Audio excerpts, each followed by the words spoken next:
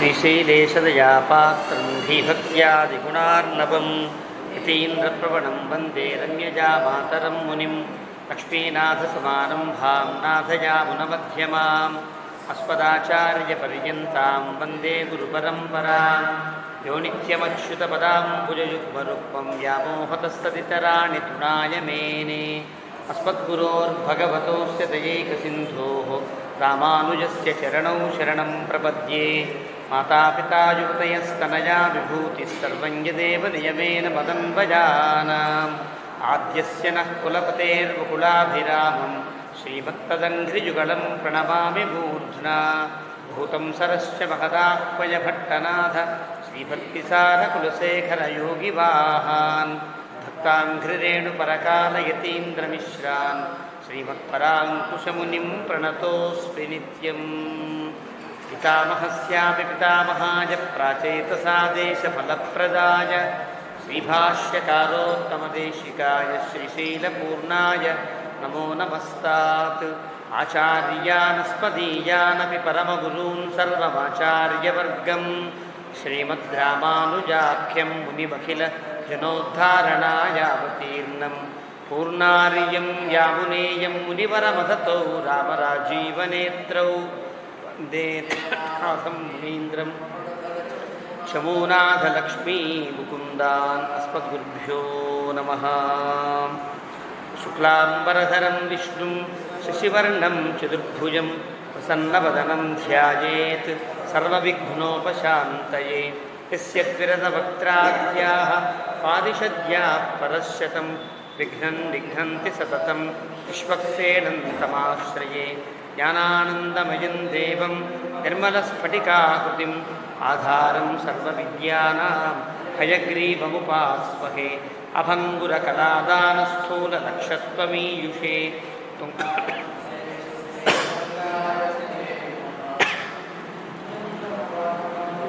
मधुरं मधुराक्षरम् आरुह्य कविताशाखां वन्दे वाल्मीकिकोकिलं वाल्मीकेर्मुनिसिंहस्य कवितावनचारिणः शृण्वन् रामकथानादं को न याति परां गतिं यः पिबन् सततं रामचरितामृतसागरम् अतृप्तस्थं मुनिं वन्दे प्राचेतसमकल्मषं गोष्पदीकृतवारासिं वशकीकृतराक्षसं रामायणमहामालारत्नं वन्दे लीलात्मजम् अञ्जनानन्दनं वीरं जानकीशोकनाशनं कपीशभक्षहन्तारं वन्दे लङ्काभयङ्करम् आमिषीकृतमार्ताण्डं गोष्पदीकृतसागरं तृणीकृतदशग्रीवम् आञ्जनेयं नमाम्यहं मनोजवं मारुततुल्यवेगं जितेन्द्रियं बुद्धिमतां वरिष्ठं वातात्मजं वानरयूथमुख्यं श्रीरामदूतं शिरसा नमामि।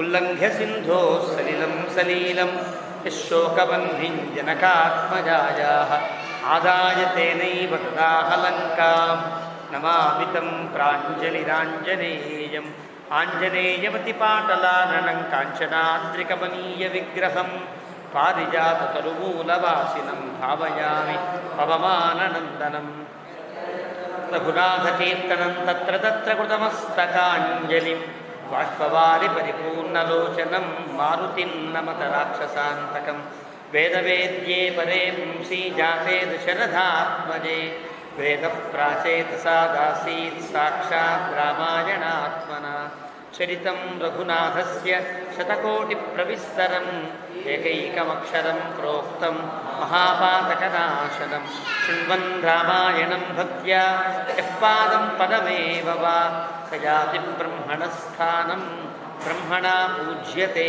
सदा वाल्मीकिगिरिसम्भूता रामसागरगामिनी पुनाति भुवनं पुण्या रामायणमहानदी श्लोकसारसमाकीर्णं सर्गकल्लोलसङ्कुलं काण्डग्राहमहामीनं वन्दे रामायणार्णवम् यः कर्णाञ्जलिसम्पुटैरहरः सम्यक् पिबत्यादरात् वाल्मीकेर्वदनारविन्दगलितं रामायणाख्यं मधु जन्मं व्याधयदा विपत्तिमरणैः अत्यन्तसोपद्रवं संसारं सविहाय गच्छति पुमान् विष्णोः पदं शाश्वतं తదుపగత సమాస సంధియోగం సమమధురోపనతార్థవాక్యబద్ధం రఘువరచరితం ముని ప్రణీతం దశశరసశ్చ వదన్ నిశామయధ్వం శ్రీరాఘవం దశరథాత్మజమప్రమేయం సీతాపతిం రఘుకులాన్వయరత్నదీపం ఆజానుబాహుమరవిందదలాయతాక్షం రామం నిశాచర వినాశకరం నమామి వైదేహీ సహితం సురద్రుమతలే హైమే మహామండపే మధ్యే పుష్పకమాసనే మణిమయే వీరాసనే సుస్థితం అగ్రే వాచయతి ప్రభంజనసుతే తత్వం మునిభ్యః పరం వ్యాఖ్యాంతం భరతాదిభిః పరివృతం రామం భజే శ్యామలం వామాంకస్థితజానకిం పరిలసత్కోదండదండం కరే చక్రం చోర్ధ్వకరేణ బాహుయుగళే శంఖం శరం దక్షిణే బిభ్రాణం జలజాతపత్రనయనం భద్రాద్రిమూర్ధ్ని స్థితం కేయూరాదివిభూషితం రఘుపతిం సౌమిత్రియుక్తం భజే ఆపదామపహర్తారం దాతారం సర్వసంపదాం లోకాభిరామం శ్రీరామం భూయో భూయో నమామ్యహం తపస్వాధ్యాయనిరతం తపస్వీ వాగ్విదాంబరం నారదం పరిపప్రచ్ఛ వాల్మీకిర్మునిపుంగవం ధర్మాత్మా సత్యసంధశ్చ రామో దాశరథిర్యది పౌరుషే చ ప్రతిద్వంద్వః శరైణం జహి రావణిం సకృదేవ ప్రపన్నాయ తవాస్మీతి చ యాచతే అభయం సర్వభూతేభ్యో దదామ్యేతద్వ్రతం మమ ధ్యాయే భద్రాద్రివైకుంఠరామం సీతారమాన్వితం శంఖచక్రధనుర్బాణధరం సౌమిత్రిసేవితం శ్రీరామాయ నమః శ్రీమతే రామానుజాయ నమః. భగవద్బంధులారా, శ్రీరామచంద్ర మహాప్రభు అవతరించినటువంటి విళంబినామ సంవత్సరాన్ని పురస్కరించుకుని మన గత సంవత్సరం అంటే విళంబినామ సంవత్సర చైత్ర బహుళ సప్తమి నాడు ప్రారంభించినటువంటి ఈ రామాయణ ప్రవచన లహరిలో అరణ్యకాండలో ఒక్కొక్క కాండ ఒక్కొక్క ఫలస్వరూపాన్ని అందిస్తుంది అని మనకి గోవిందరాజస్వామి వారి వ్యాఖ్యానంలో చెప్పారు. మొదటి కాండ శ్రీ విష్ణో ప్రథమే కాండే జగజ్జనన హేతుత. మొదటి కాండంతా భగవంతుడే సకల జగత్కారణము అనే అంశాలను ఆ కాండ ప్రస్తావిస్తుంది. ద్వితీయే స్థితి హేతుత్వం. రెండవ అయోధ్యాకాండంతా కూడా భగవంతుడే స్థితికారకుడు, ధర్మాన్ని నిలబెట్టేవాడు తానే కాబట్టి ధర్మో విశ్వస్య జగత ప్రతిష్ఠ అని శృతివాక్యం కాబట్టి ఆ ధర్మాన్ని అద్భుతంగా ప్రవచించిన కాండ కాబట్టి అయోధ్యాకాండ స్థితి హేతుత్వం. తృతీయే మోక్షదాయిత. ఈ మూడవ కాండ అరణ్యకాండ మోక్షప్రధానమైన కాండ అంటూ ఇందులో జరిగేటువంటి మోక్షప్రధాన ఘట్టాలు కొన్ని మనకి ఇప్పటిదాకా అయ్యాయి. ఇంకా ఒక 3 ఘట్టాల దాకా మనకి మోక్షప్రధాన ఘట్టాలు ఈ కాండలో ఉన్నాయి. ఈ కాండను యజ్ఞస్వరూపమైన కాండగా, మహర్షులందరి యొక్క వైభవాన్ని చెప్పే కాండగా, రామచంద్రమూర్తి యజ్ఞస్వరూపుడు సాక్షాత్ భగవంతుడు అని చెప్పే కాండగా కూడా పెద్దలు ఈ కాండని ప్రస్తావిస్తారు. అలాంటి కాండలో మనం ఖరదూషణాది వధ పూర్తయిన తర్వాత అకంపరును వెళ్ళి రావణాసురుడికి రాముని యొక్క వధోపాయాన్ని ఒక భంగ్యంతరంగా చెప్పిన తరువాత మారీచుడు కడకు వెళ్ళాడు. మారీచుడు కాస్త సున్నితంగా మందలించి పంపించాడు రావణాసురుడిని. వెనక్కి తిరిగి వచ్చాడు. సభలో కూర్చున్న సమయంలో శూర్పణఖ వచ్చింది.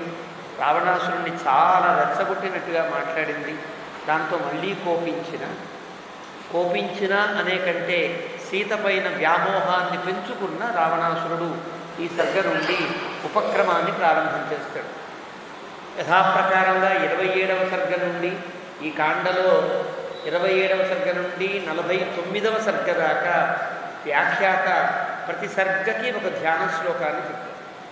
ఆ ధ్యాన శ్లోకంలో ఆ సర్గలో ఉండేటువంటి ఒక ప్రత్యేకమైన అంశాన్ని కూడా తను ప్రస్తావిస్తూ ఉంటారు గోవిందరాజస్వామి వారు.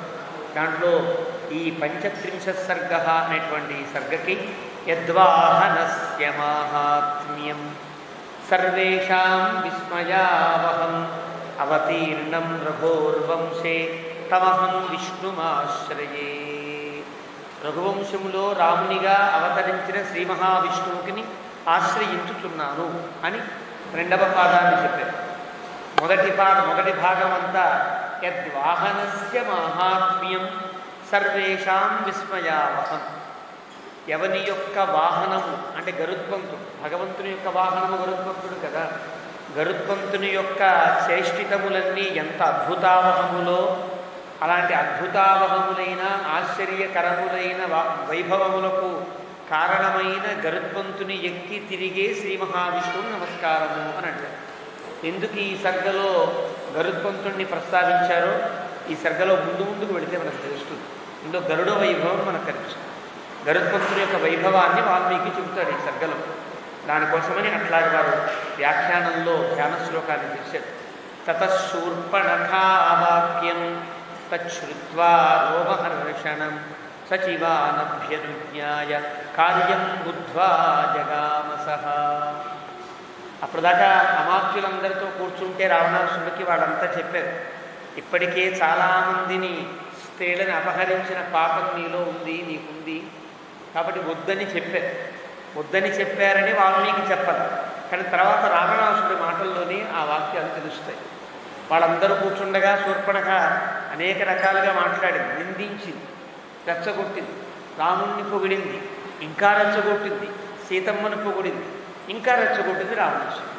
కాబట్టి ఇలాంటి వాక్యములు విన్న తర్వాత రోమహర్షణం, మనకి ఒళ్ళంతా గగుర్పాడు వచ్చింది. రెండింటి వల్ల వచ్చింది. కోపం వల్ల మోహం వల్ల ఏర్పడింది అంటారు. కోపం రాముడి మీద, శూర్పణఖ మీద కొద్దిగా, మోహం కేవలం సీతమ్మ.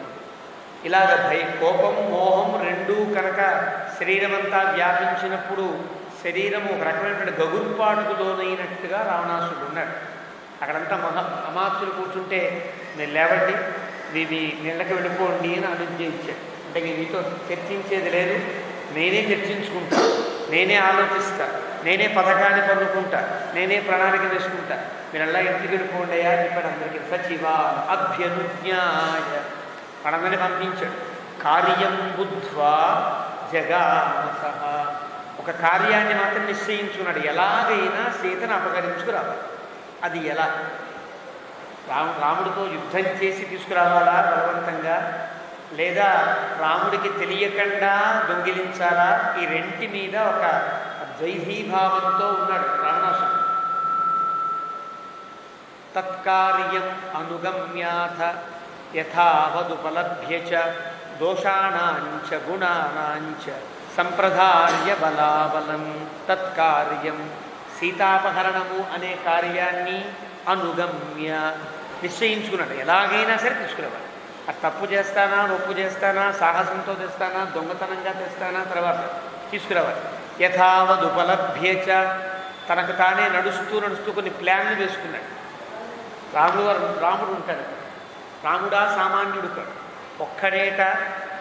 అకంపనుడు చెప్పాడు, శూర్పణఖ చెప్పింది, ఏకేన పదాతిన రామేణైకేన పదాతిన అని చెప్పింది. ఒక్క రాముడు కింద నుంచి ఇంత యుద్ధం చేశాడంటే సామాన్యుడు కాడు. అనవసరంగా వెళ్ళి గొడవను పెంచుకుని హడావిడి చేయడం కరెక్టా? రాముడు లేకుండా ఉండేంతవరకు రాముడు ఏదో ఏ స్నానానికో లేకపోతే ఏ కందమూలాలకో వెళ్ళినప్పుడు అంత దాకా ఉండి ఆ అవకాశాన్ని గుర్తించి దొంగిలించుకురావడం కరెక్టా? లేదా మనమే మాయోపాయాన్ని పన్ని రాముడు అక్కడ లేకుండా ఉండడం చేయాలా? ఇలాగ 3 రకములుగా తను ఆలోచించుకుని దోషాణాం గుణానాం, ఏది దోషభూయిష్టమైనది, ఏది గుణభూయిష్టమైనది. రాముడితో యుద్ధం చేస్తామా? చాలా పెద్ద అవస్థే అవుతుంది, పెద్ద యుద్ధం అవుతుంది, పెద్ద సైన్యం తీసుకుని వెళ్ళాలి, పెద్ద హడావిడి జరుగుతుంది. అక్కడ దోషభూయిష్టంగా ఉంది. సీతమ్మను రహస్యంగా ఎత్తుకురావడం అది గుణంగా కనిపిస్తుంది, సుకరంగా కనిపిస్తుంది. కాబట్టి అంత రావణాసురుడు, అంత త్రిలోకాధిపతి అయిన వాడు కూడా దొంగతనంగా సీతను ఎత్తుకురావడానికి నిశ్చయించుకున్నాడు. సంప్రదార్య బలాబలం, తన బలాబలాన్ని కూడా చూసుకున్నాడు. 14,000 మంది తన బలం, రాముడొక్కడే అవతల బలం. 14,000 మంది రాముడొక్కడు చంపాడంటే 28,000 మంది తీసుకెళ్ళారు ఇక్కడి నుంచి. అది పెద్ద ప్రణాళిక అవుతుంది, పెద్ద యుద్ధం అవుతుంది. కాబట్టి అక్కర్లేదనుకుని ఇది కర్తవ్యమిత్యేవ కృత్వా నిశ్చయమాత్మనః ఇది కర్తవ్యం. ఇదే చేయాలి. ఏం చేయాలి? ఎత్తుకురావాలి, దొంగతనంగా ఎత్తుకురావాలి. అది వాడి కర్మ అనుకుని నిశ్చయమాత్మనః నిశ్చయించుకుని స్థిరబుద్ధి దాని మీద స్థిరపడిపోయాడు. ఇంకెవ్వరు చెప్పినా వినడానికి వీల్లేదు. మళ్ళీ మారీచుల దగ్గరికి వెళ్ళామనుకోండి, మళ్ళీ మారీచులు తనకు ఏదో ఉపదేశం చేస్తాడు, మళ్ళీ బుద్ధి మారకూడదు. కాబట్టి బుద్ధి మారని రీతిలో బుద్ధిని స్థిరపరచుకుని తతో రమ్యా యానశాలాంజగామసః వాహనశాలకి గబగబా తానే వెళ్ళిపోయాడు. తను వెళ్ళక్కర్లా.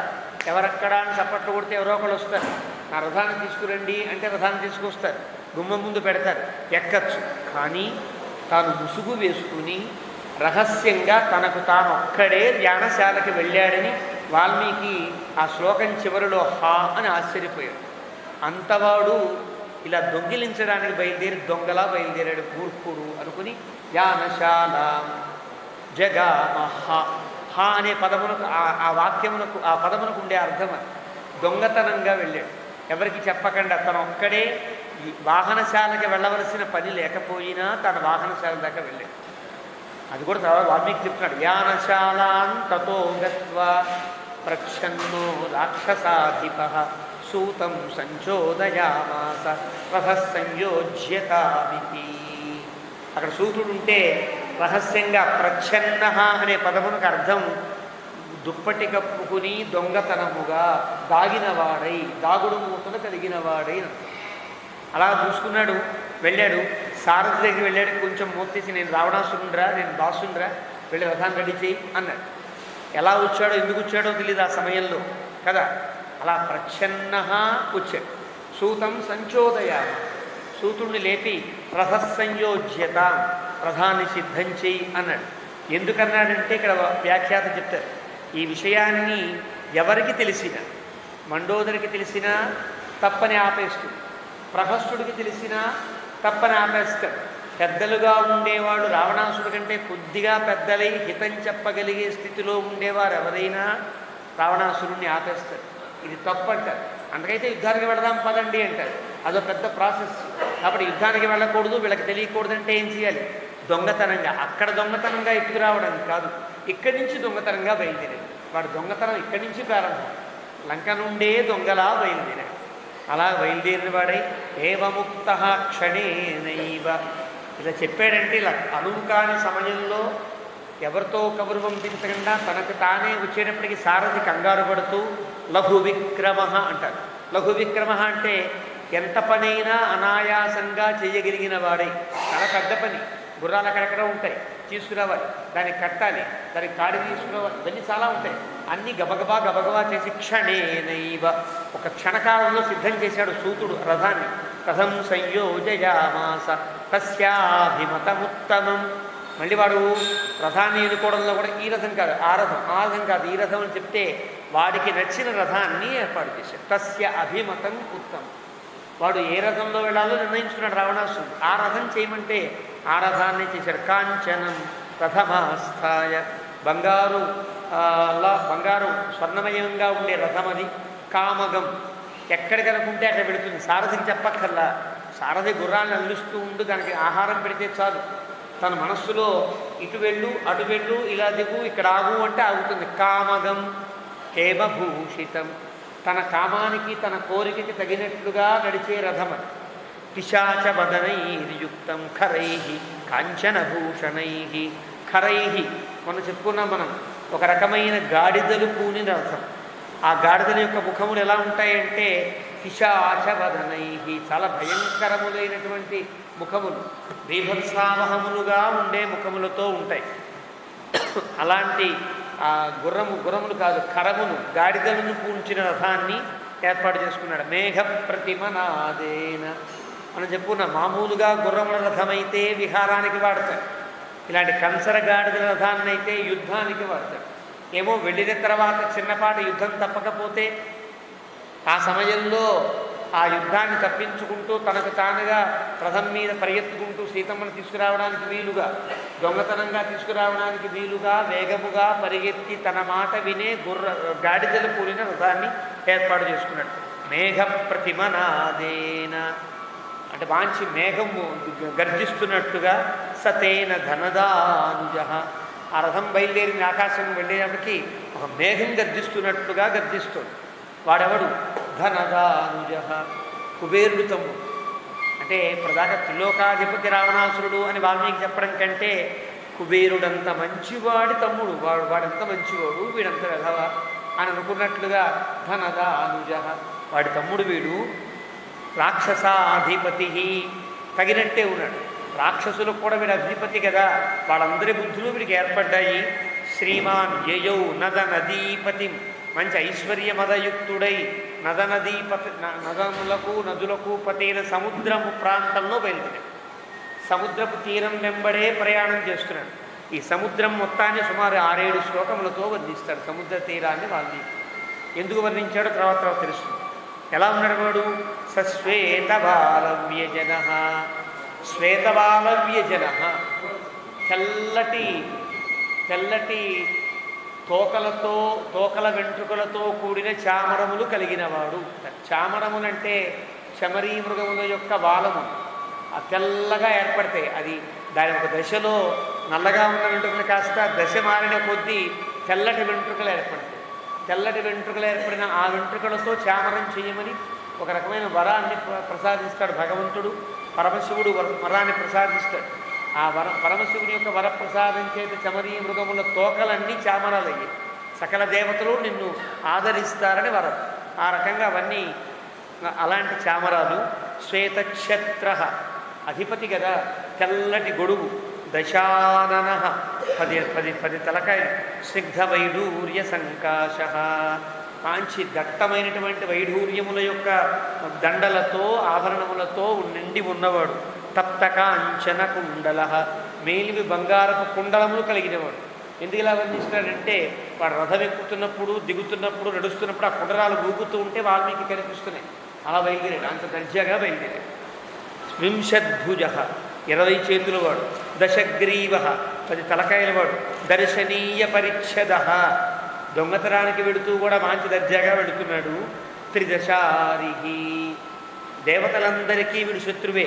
మునీంద్రఘ్న, మునీంద్రులందరినీ చంపినవాడు. ఇంతకంటే పాపాత్ముడు ఉంటాడా? దశశీర్ష, 10 తలకాయల వాడు. 3 మార్లు చెప్పాడు 2 శ్లోకాల్లో వాల్మీకి 10 తలకాయల వాడు, 10 తలకాయల వాడు అన్నాడు. ఎందుకన్నాడో మన పెద్దలు చెప్తారు. అంటే ఒక తలకాయ ఉన్నప్పుడే ఒక బుద్ధి ఉంటుంది. అవునా, ఇది నిజమా కాదా, యుక్తమా అయుక్తమా, హితమా అహితమా అని ఆలోచించగలిగే బుద్ధి ఉంటుంది. వీడికి 10 తలకాయలున్నా బుద్ధి రాలేదేంటా అని వాల్మీకి ఆశ్చర్యపోతుంట ఈ 2 శ్లోకాల్లో 3 మార్లు వాడాడు. దశగ్రీవ, దశగ్రీవ.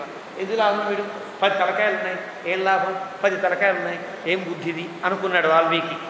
ఈ వాద్రిరాట్, ఎలా ఉన్నాడు? ఇంకా 10 శిఖరములు కలిగిన ఒక పర్వతం ఎలా ఉంటుందో అలా ఉన్నాడు. అంత భీకరంగా ఉన్నాడు. కామగం రథమాస్థాయ, రథాన్ని ఎక్కాడు. సుశుభే రాక్షసేశ్వర, మంచి అందంగా ఉన్నాడు. ఆ రథంలో కూర్చుంటే వాడుకుంటే దర్జాకి 20 చేతులకి 10 తలకాయలకి మంచి దర్జాగా అనిపించాడు. వాల్మీకి కూడా భలే ఉన్నాడు రా అనిపించింది. హనుమంతుడు కనిపించలా. మంచి సింహాసనంలో కూర్చుంటే అహో రూపం, అహో ధైర్యం కదా, శారయం కలవత్తర.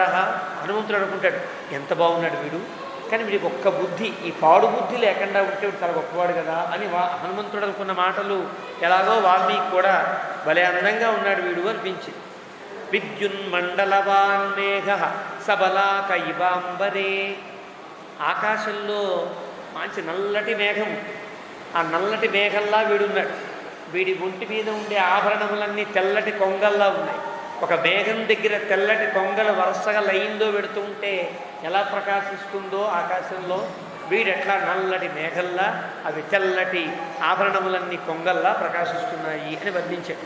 సశైలం సాగరారూపం, ఎందుకు ఇలా వర్ణించాడు? బలాకం అంటే ఒక రకమైన కొంగ ఏం చేస్తుంది? కొంగ యొక్క జపం అని తెలుగులో ఒక సామెత, కొంగ జపం అని అంటారు. కొంగ జపం అంటే జపం చేస్తున్నట్టుగా పోజు పెడుతుంది. అది చేసే జపం సరి అయిన జపం కాదు. తన ఆహారం కోసమో తన కోరిక తీసుకోవడం కోసమో అవుతుంది. రావణాసురుడి పూజలు కానీ, రావణాసురుడి వ్రతములు కానీ, రావణాసురుడి యొక్క భక్తి కానీ ఇలాంటి ఓ దొంగ జపం. అంటే అర్థం ఏదో పొందాలని తప్ప ఆధ్యాత్మిక శిఖరాలు అందుకోవాలని కాదనడానికి వీలుగా కొంగలు పూనిన మేఘంలా ఉన్నాడు. వీడి జపములన్నీ కొంగలు లాంటివే, కొంగ జపం లాంటివి అని వర్ణించాడు. సశీలం సాగరానూపం, సముద్రపు తీరంలో వెళుతూ ఉంటే సాగరానూపం అని అంటారు. అనూపం అనే పదానికి సంస్కృతంలో జలప్రాయం అనూపం స్యాత్ అని నిఘంటు. నీరు నిండుగా ఉండే ప్రాంతాలన్నీ జలప్రాయాన్ని అనూపములు అంటారు. అంటే సాగరానూపం అంటే సముద్రపు తీరములో నీరు నిండుగా ఉండే ప్రాంతములన్నింటి మీద నుంచి వాడు రథం పెడుతోందన్నమాట. అలా వెడుతూ ఉంటే వీర్యవానవలోకయన్, పైన కూర్చున్నవాడు ఖాళీగా ఏం కూర్చోాలా, కాస్త వాడి బుర్రలో ఒక ఆలోచన వచ్చి ఆ ప్రణాళిక సక్సెస్ అవుతుందని వాడికి తెలుసు.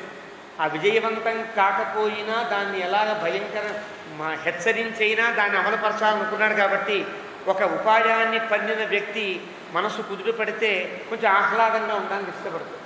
ఎప్పుడైనా కారులో పెడుతున్నాం అనుకో, ఏదైనా టెన్షన్గా ఉంటే ఏ పాటలో పద్యాలో వినాలనిపించదు, హడావిడిగా ఉంటాం, మనకి మనమే ఆలోచిస్తూ ఉంటాం. ఎవడన్నా పాటలు పెడితే ఆపేరా అంటాం కదా.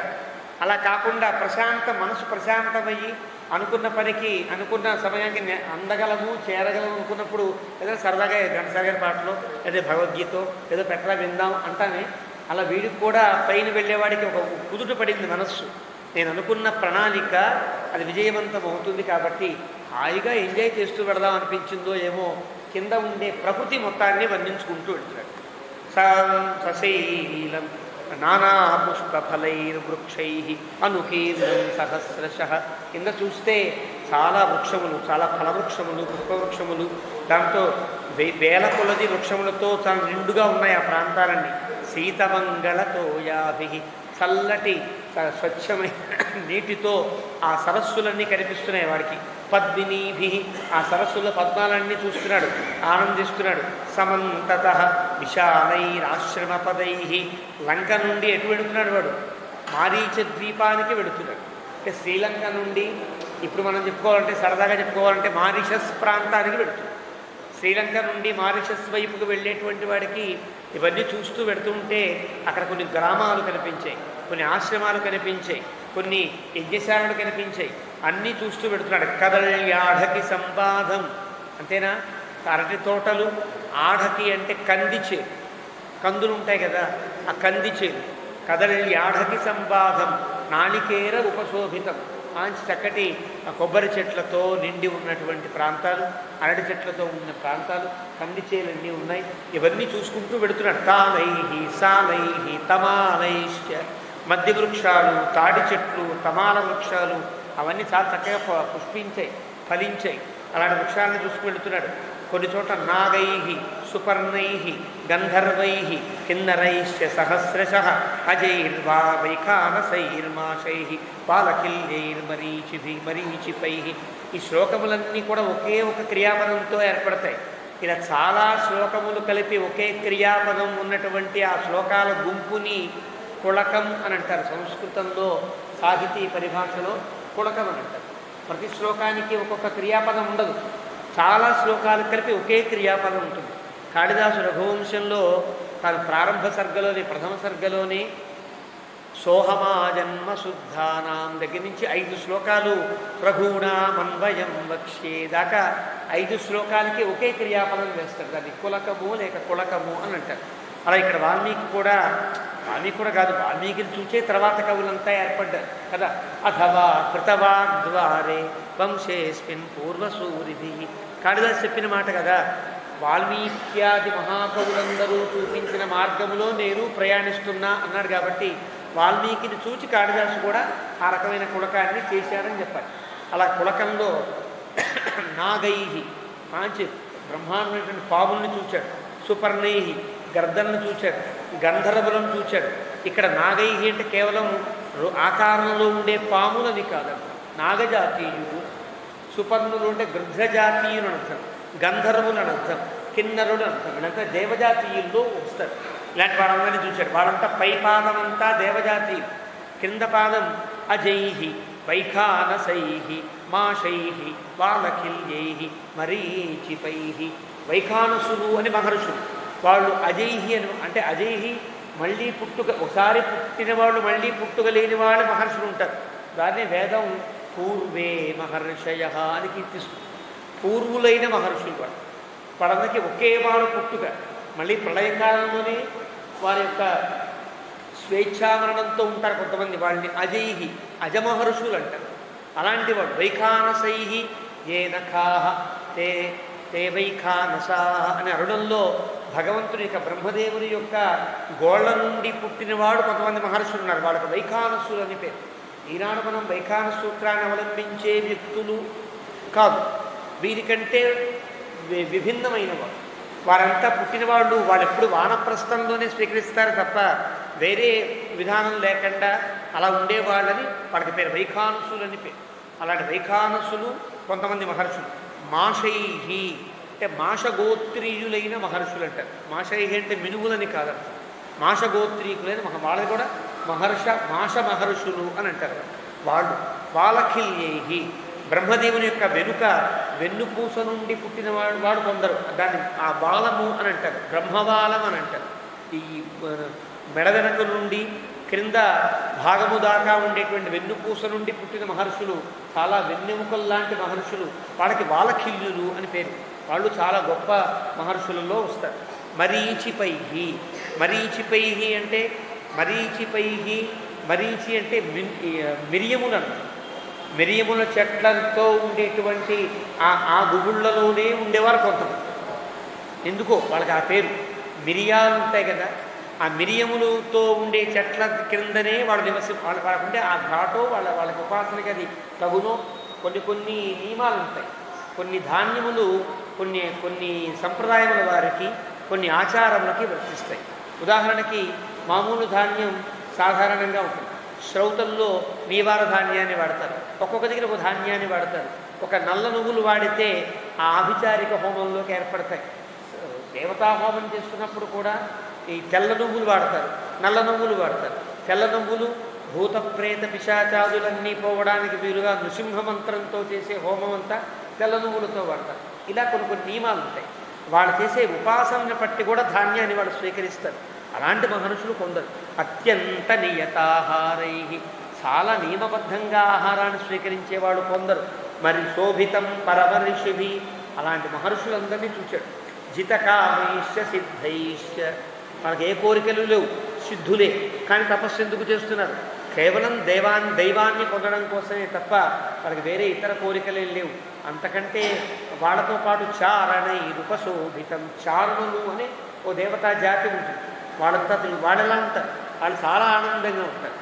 చక్కటి ఆభరణాలతో చక్కటి వేషధారణలతో అందరినీ ఆనందింపజేస్తూ తిరుగుతారు.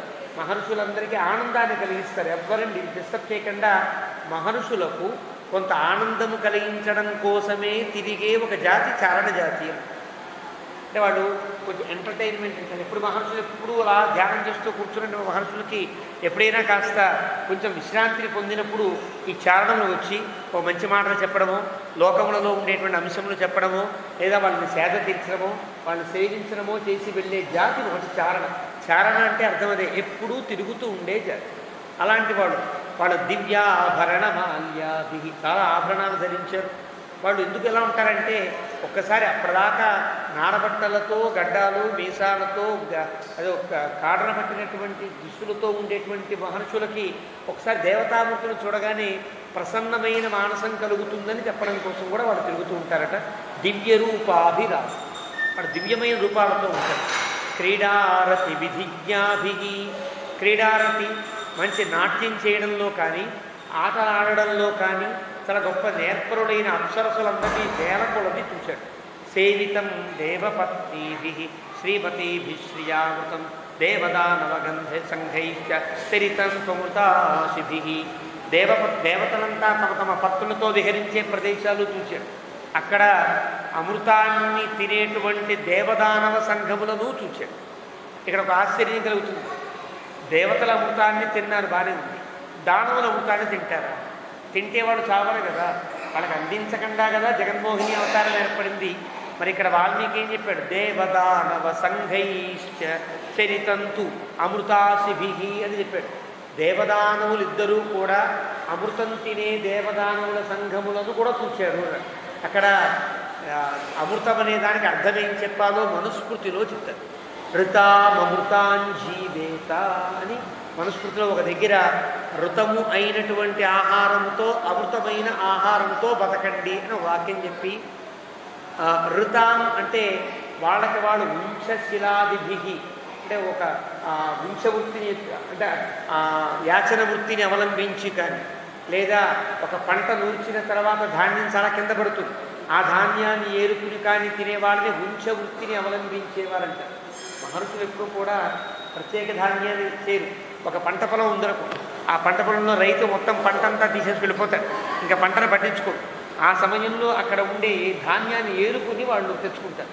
దాన్ని వంశవృత్తి అంటారు. శిలావృత్తి అంటే ఆ రైతులు వాళ్ళు కనుక వచ్చి వడ్లని వంచుకుని వాళ్ళు బియ్యాన్ని సేకరించేటప్పుడు కూడా రైతులు వాళ్ళని ఏమనేవారు కాదు. అప్పట్లో ఆ మహర్షుల్ని పోషించడం కూడా ఒక వాళ్ళ జీవనంలో ఒక దినచర్యలో భాగంగా ఉండేది. ఎంత తింటారు వాళ్ళు? మహా అయితే ఇంత తింటారు. ఏదో బస్తాలు దాచుకుని మనలాగా స్టోరేజ్ పెట్టుకునేవాడు కాదు. ఎప్పటికప్పుడే ఆహారాన్ని స్వీకరించేవారు కాబట్టి రైతులు కూడా ఏమనేవారు కాదు. అలా వంశ శిలావృత్తుల చేత ధాన్యాన్ని సేకరించి తినుట అది ఋతము అని అంటారు.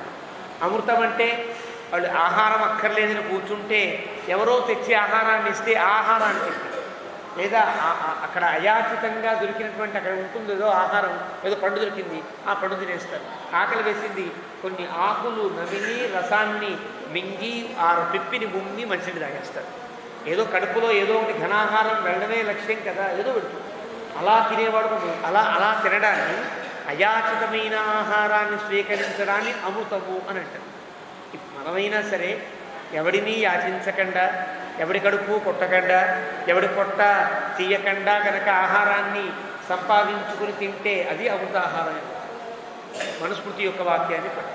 కాబట్టి ఇలాంటి దానములు అయాచితమైనటువంటి అమృతాన్ని తినేవాడు కాబట్టి అమృతం అంటే ఆ అమృతం అనుకోకర్లేదయ్యా అని వ్యాఖ్యాత మనకి చిన్న వివరణ ఇస్తారు.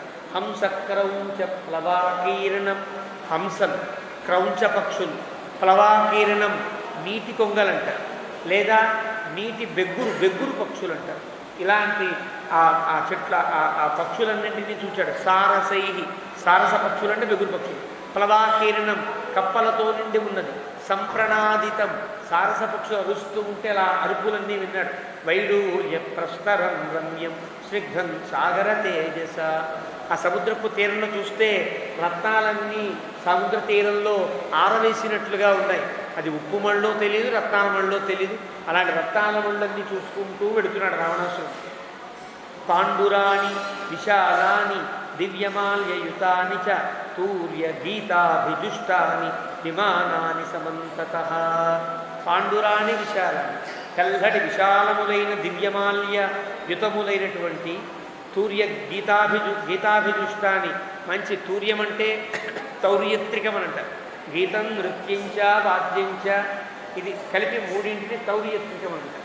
అలా తుర్యవాద్యములతో పాటలతో మంచి చక్కటి ఇవన్నీ వింటున్నాడు. అలా పెడుతూ ఉంటే కింద పాడేవాళ్ళు వాద్యాలు వాయించుకునే వాళ్ళు అంతా ఉంటారు. ఒక గ్రామం మీద నుంచో ఒక్కొక్క నగరం మీద నుంచో ప్రయాణం చేస్తూ ఉంటే మనం వెళుతున్నాం. గణేష్ నిమజ్జనానికి ఏదో హడావుడు జరుగుతుంటే మనం వెళ్ళిపోతూ ఉంటాం, ఆ పాటలు ఆ నాట్యాలు చూస్తూ ఉంటాం కదా. అలా రావణాసుడు కూడా చూస్తూ వెళుతున్నాడని తెలుస్తుంది. తపసాం జితలోకానాం కామగాని అభిసంపతన్ గంధర్వాప్సరసశ్చైవ దదర్శ ధనజానుజః. జితలోకానాం లోకములన్నీ అప్పటికే వాడు జయించి ఉన్నంత గొప్ప తపస్సును ఆచరించాడు. తపస్సు యొక్క తారతమ్యాన్ని బట్టి లోకములన్నీ గెలిచినటువంటి వాళ్ళు అవుతారు. ఇంతకుముందు శరభంగాది ఆశ్రమాల్లో రాముడు వెళ్ళినప్పుడు నేను లోకములన్నీ జయించారు తమ తపస్సు చేత.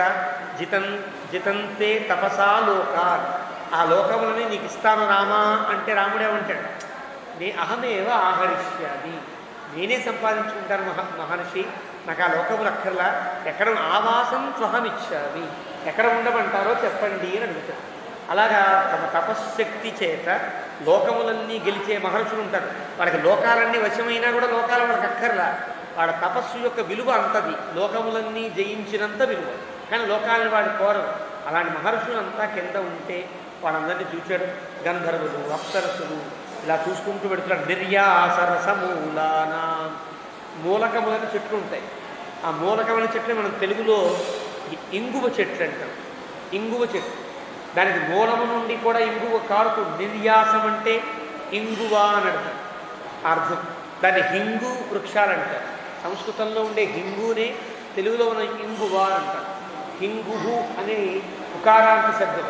దానికి మనం తెలుగులో ఉకారాంత శబ్దములన్నీ బకారాంతములు అవుతాయి.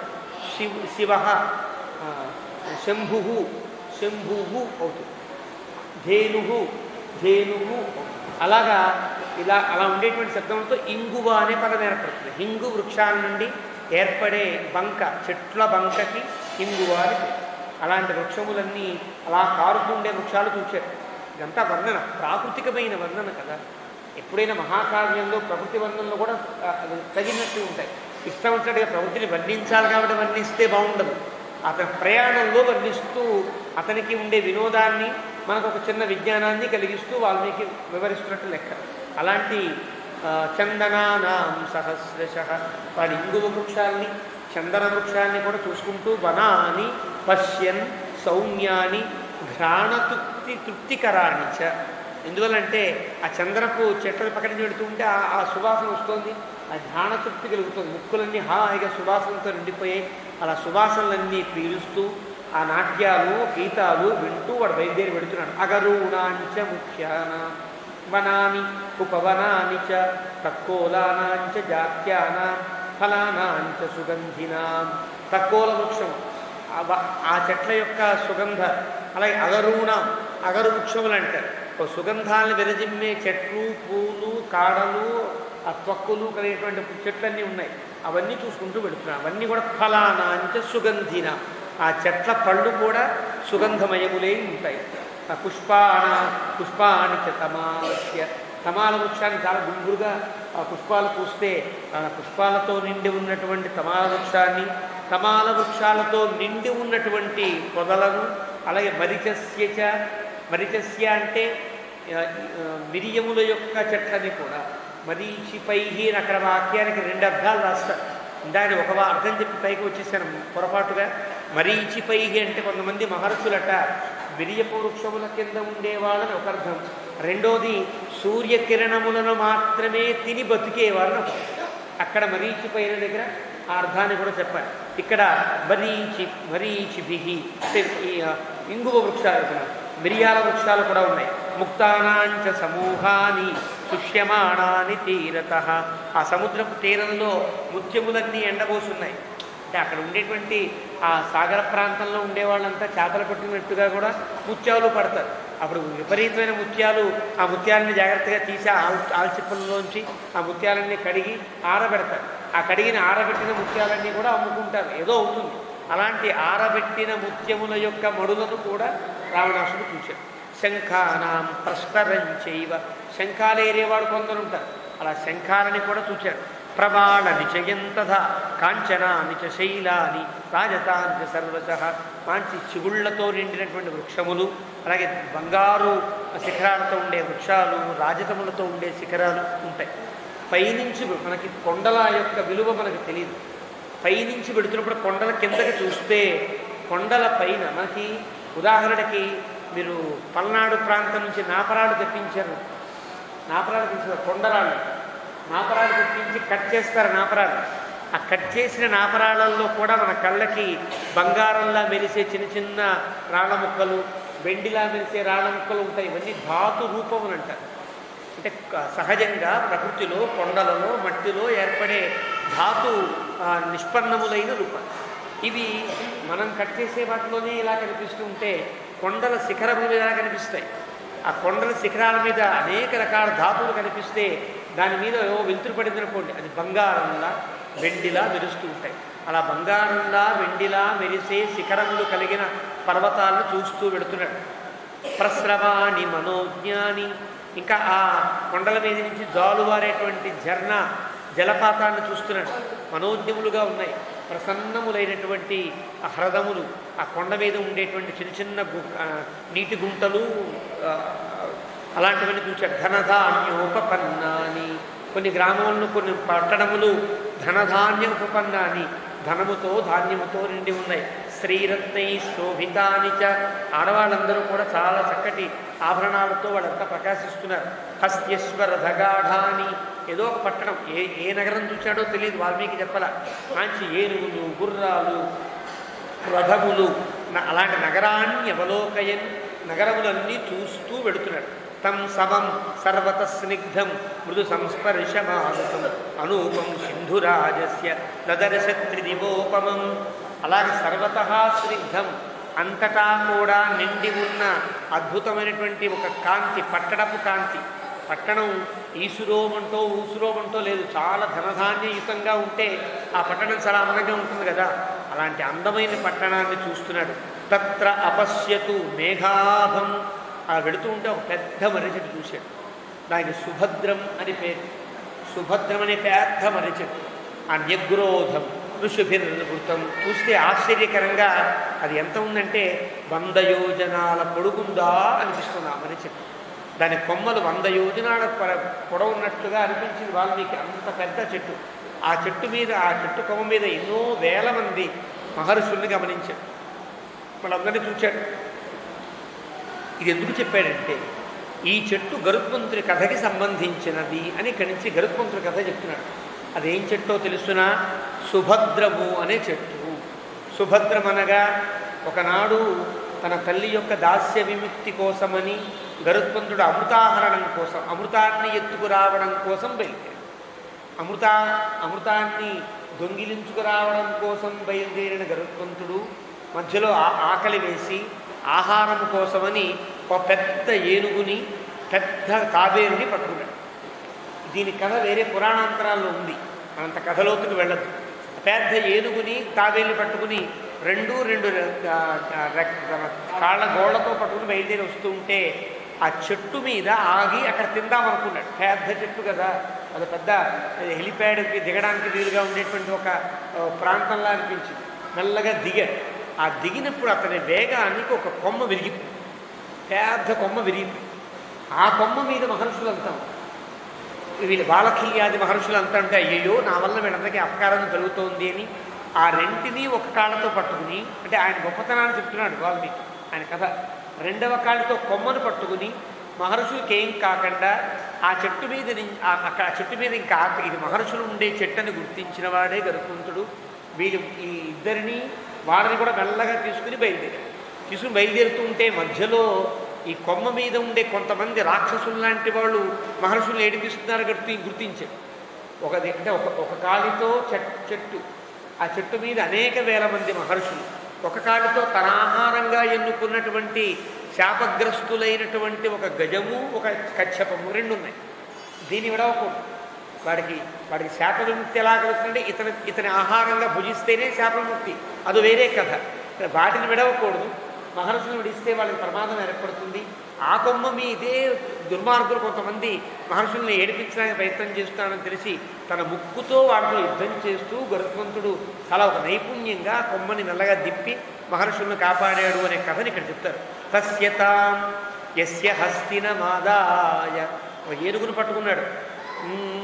మహాకాయంచ కచ్చపం, పెద్ద తాబేలుని పట్టుకుని భక్షార్థం గరుడ శాఖాం ఆజగామ మహాబల, వాటిని భుజిద్దామని ఆ కొమ్మ మీద దిగేటప్పటికీ తస్యతాం సహసా శాఖాం భారేణ పతగోత్తమ సుపర్ణ పర్ణబహుళాం బభంజ చ మహాబల.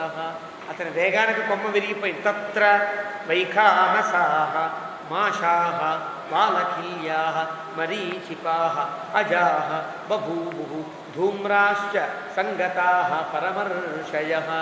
ఆ కొమ్మ మీద వైఖానస మహర్షులు, మాష మహర్షులు, బాలఖిల్యాదులు, మరీచిపాః, ఇందాక నేను చెప్పినట్లుగా సూర్యకిరణములనే ఆహారముగా భుజించే కొంతమంది మహర్షులు, అజాహ పూర్వులైన మహర్షులు కొంతమంది, ధూమ్రాశ్చ పొగబట్టినట్టుగా ఉండే మహర్షులు, ఎప్పుడూ హోమాలే వాళ్ళకి, అలాంటి వాళ్ళు, వీళ్ళందరూ దాని మీద తేషాం దయార్థం, వాళ్ళందరి యొక్క దయ కోసమని, వాళ్ళందరినీ రక్షించడం కోసమని గరుడః తాం శాఖాం శతయోజనాం జగామ ఆదాయ వేగేన తౌచ ఉభౌ గజకచ్చపు, వీటిని కూడా తీసుకుని తాను బయలుదేరాడు. ఏకపాదేన ధర్మాత్మ, ఒక పాదం విడవకుండానే ఒక పాదంతోనే గజగచ్చపాలు రెండింటినీ కూడా తాను స్వీకరించేశాడు.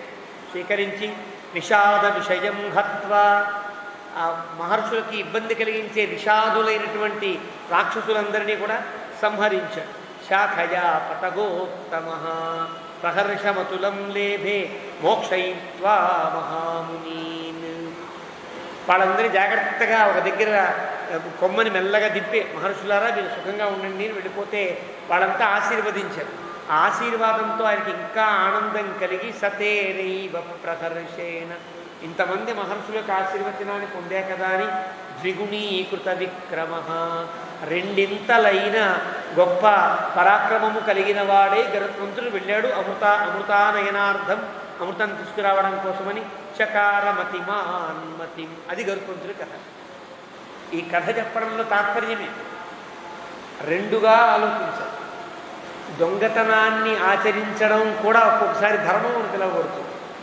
దొంగతనాన్ని చేయడం కూడా ఒక్కొక్కచో అది ధర్మానికి అనుకూలము. ఇప్పుడు గరుత్మంతుడు కూడా అమృతాన్ని దొంగిలించడానికి వెడుతుంది. రావణాసుడు కూడా అమృతం లాంటి సీతను దొంగిలించడానికి. రెండు కాదు. ఈ కథని మనకి అందంగా ఇక్కడ కలిపిన సందర్భం అంటే అక్కడ గరుత్మంతుడేమో తాను తల్లి యొక్క దాస్య విముక్తికని, తల్లికిచ్చిన వాగ్దానం కోసమని, తండ్రికి ఆనందం కలిగించడం కోసమని అమృతాన్ని దొంగిలించడానికి వెళ్తాడు. అమృతాన్ని దొంగిలించడానికి కాదు, అమృతాన్ని తీసుకురావడానికి. అమృత ఆనయనార్థం. ఇది అమృత ఆహరణం అంట, అమృత హరణం కాదు. నేను ఇందాక ప్రారంభంలో కూడా అమృతాహరణము అని చెప్పాను. పురాణంలో ఉండే మాట. అమృత హరణం వేరు, అమృత ఆహరణం వేరు. హరణం అంటే దొంగిలించడం, ఆహరణం అంటే తీసుకురావడం.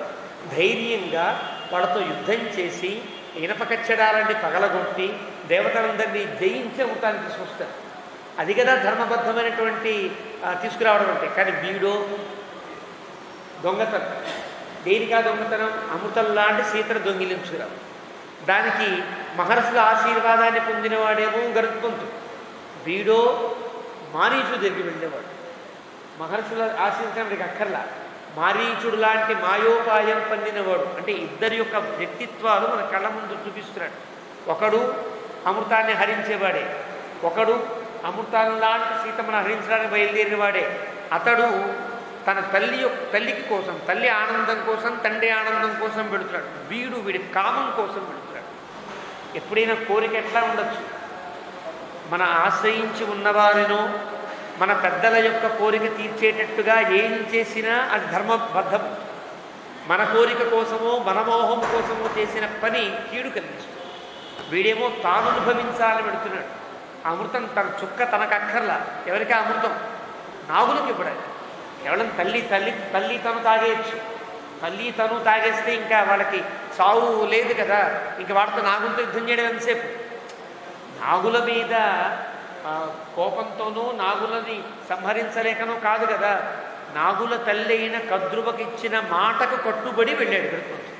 కానీ అతను అమృతహరణమేమో అలా ధర్మం కోసం, ఇక్కడ అమృతహరణం వీడి మోహం కోసం, వీడి కామం కోసం. అతను ఆశ్రయించి ఆశీర్వాదాలు పొందించిన వారేమో మహర్షులు. వీడేమో మారీచుడికి వెళ్ళి తిట్లు తిన్నవాడు.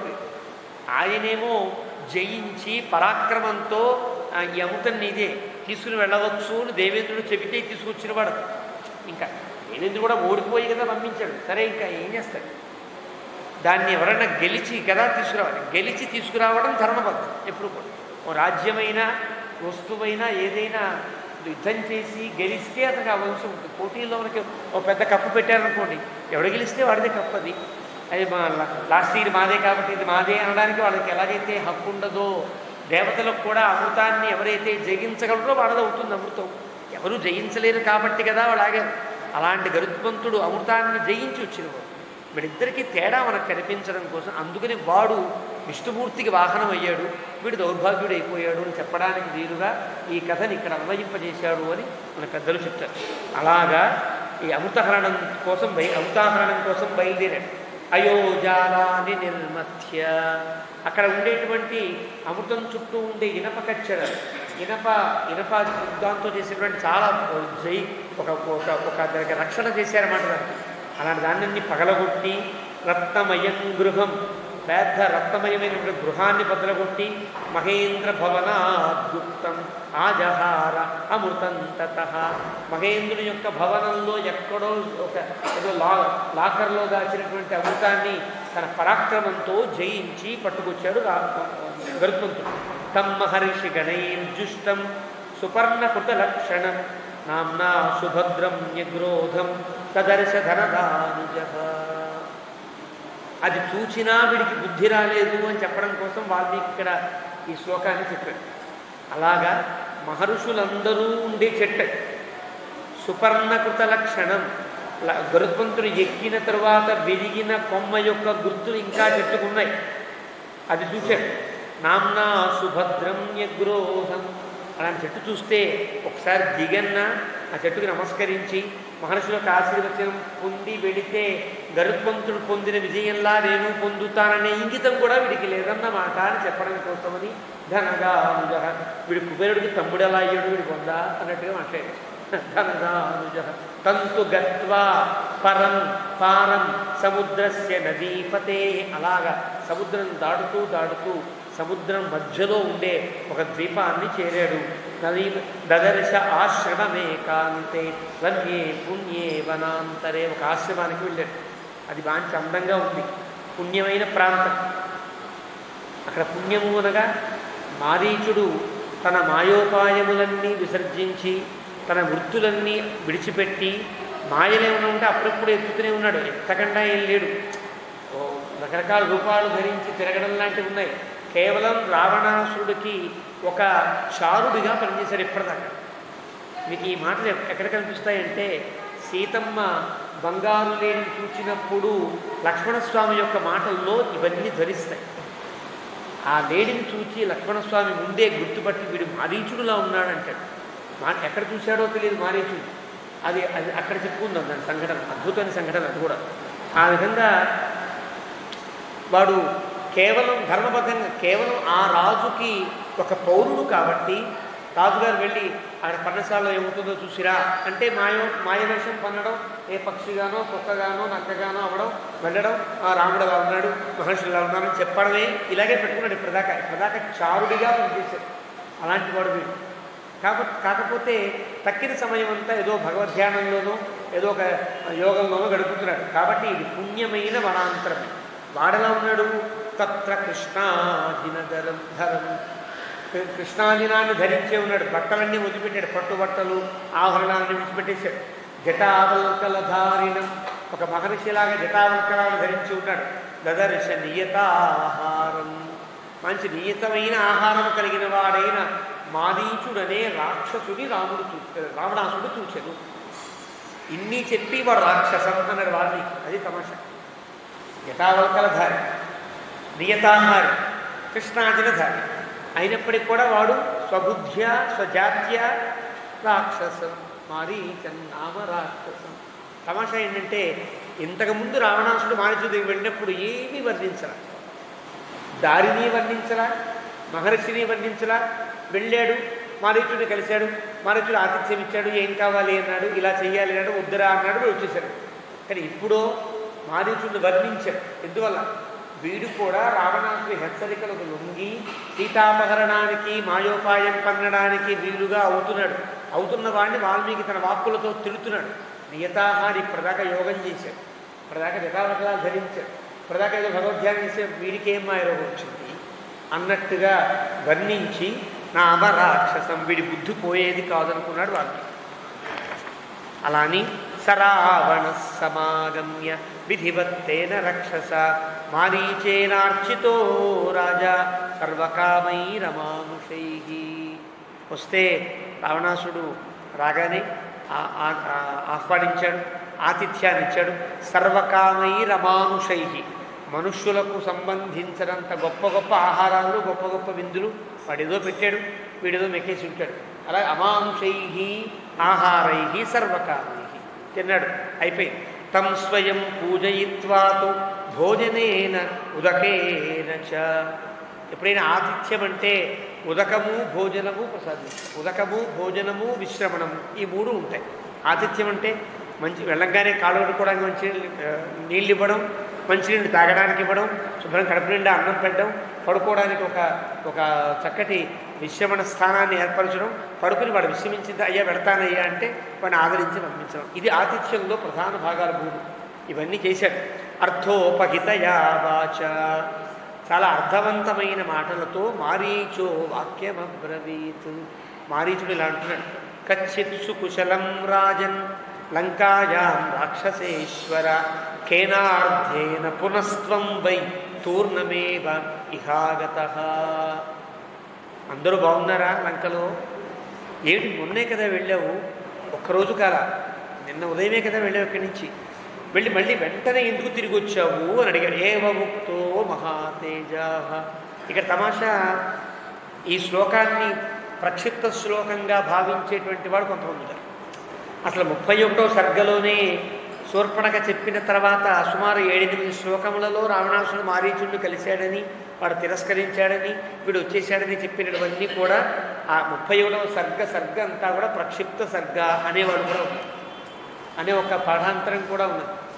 మరి ఈ సర్గలో ఉండేటువంటి ఈ శ్లోకంలో మళ్ళీ ఎందుకు వచ్చావు అని అడిగాడు కదా, మళ్ళీ ఎందుకు వెంటనే వచ్చావు అని అంటే అప్పుడు వచ్చినట్టే కదా అని గోవిందరాజులు అది ప్రక్షిప్త సర్గ కానే కాదు, ఇది ఖచ్చితంగా రావణాసురుడు చేశాడు. ఒకసారి బుద్ధి చెప్పినా వినకుండా మళ్ళీ మారీచుడిని బెదిరించడానికే వచ్చాడు అని వారు వ్యాఖ్యానించారు.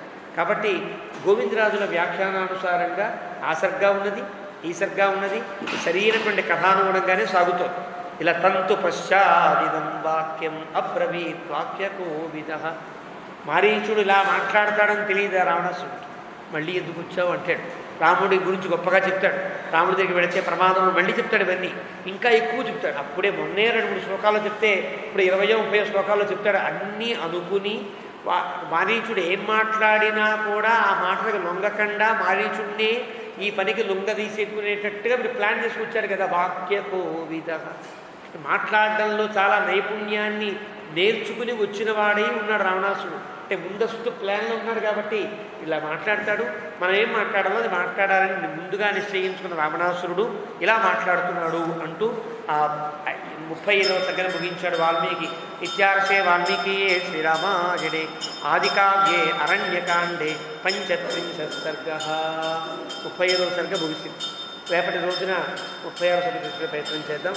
ఏమమే తత్పురావృత్తం ఆఖ్యానం భద్రవస్తుభః ప్రవ్యాహరత విశ్రబ్ధం ఫలం విష్ణో ప్రవర్ధతాం లాభస్తేషాం జయస్తేషాం కృతస్తేషాం పరాభవః తేషామిందీవరస్యామో హృదయస్థో జనార్దనః కాలే వర్షతు పర్జన్యః పృథివీ సస్యశాలినీ దేశోऽयं క్షోభరహితః బ్రాహ్మణాः సంతు నిర్భయాः కావేరీ వర్ధతాం కాలే కాలే వర్షతు వాసవః శ్రీరంగనాథో జయతు శ్రీరంగశ్రీశ్చ వర్ధతాం స్వస్తి ప్రజాభ్యః పరిపాలయంతాం న్యాయేణ మార్గేణ మహీం మహీషాः గోబ్రాహ్మణేభ్యः శుభమస్తు నిత్యం లోకాः సమస్తాः సుఖినో భవంతు.